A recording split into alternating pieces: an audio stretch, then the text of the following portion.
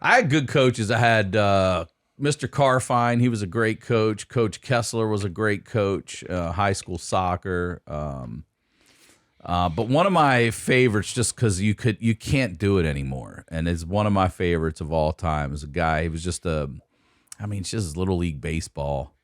I'm in middle school, and this guy was probably in his early 20s. His name was Al. Mm-hmm. And he was like greasy hair, dark sunglasses, jeans with the hip chain, ball cap, smoking cigarettes. At practice. Always. Not only this is why I liked him, because we laugh about it now. Like, you could never do this. But when you're like, when he would lean over you, like, when a coach like gets around you to show you how to bunt. Yeah. That cigarette, he'd be like, let me show you, man. It would be hanging right here, and it would be burning your eyes and shit. You're like, damn. You're like, Coach, I can't see, man. It's burning my eyes. He's like, why ain't you bunting right? I'm like, it's just your fucking cigarette's burning my eyes, man. But it'd be hanging right here, and it'd just be slowly going up. You're like, oh, shit. Try to bunt and shit, and he would cuss and yell, and he'd be out there on first base smoking cigarettes and sending you to second. You could never. You could never do that now. There's a couple. Not one parent said anything like, "Hey, don't smoke in my kid's face." No, nothing. Like, it's coach. He's coaching you, man. Coach cares. Coach Al, man. Fucking cigarette hanging out. There was a few years ago. I think it was finally the end of a year. There was a soccer coach. It was like a Chilean or Italian coach who was smoking on the pitch, and he was like, yelling. You can't do that anymore.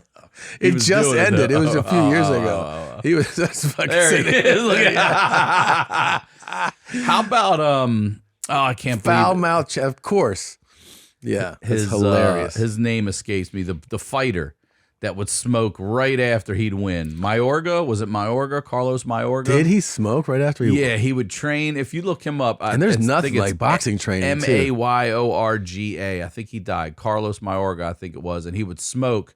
He'd beat your ass, and then as soon as they pick him up on the shoulders, he'd light up immediately. Really? Immediately in the ring, yeah. And those like Murga. Try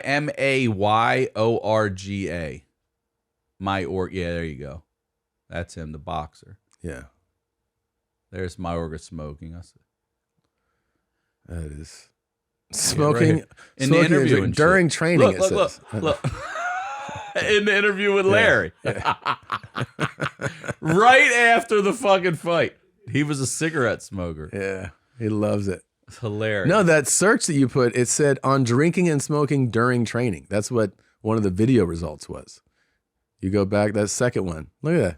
Yeah, he's like, yeah, I smoke, I drink, I do my shit, man. That is hilarious. Why are you smoking and drinking? Because I'm trying to get strong. That's what I do, man. That's what I do, bro. Yeah, that's what they're asking him about, yeah.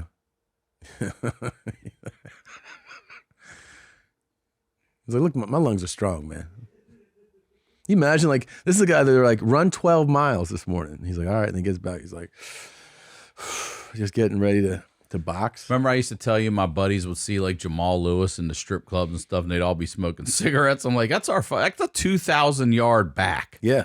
He's number 2 all time, I think. He might have just got beat, but I think he's actually number 2 all time behind Eric Dickerson for best season. And he's chain smoking and winning Super Bowls. Like, how? How are you that athletic? And then you see him winded probably somewhere, and you're like, oh, okay. Come on, Jamal.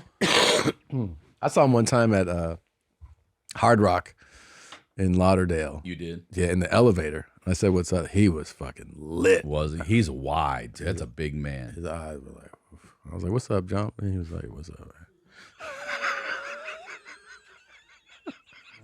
Bert and Tom, Tom and Bert.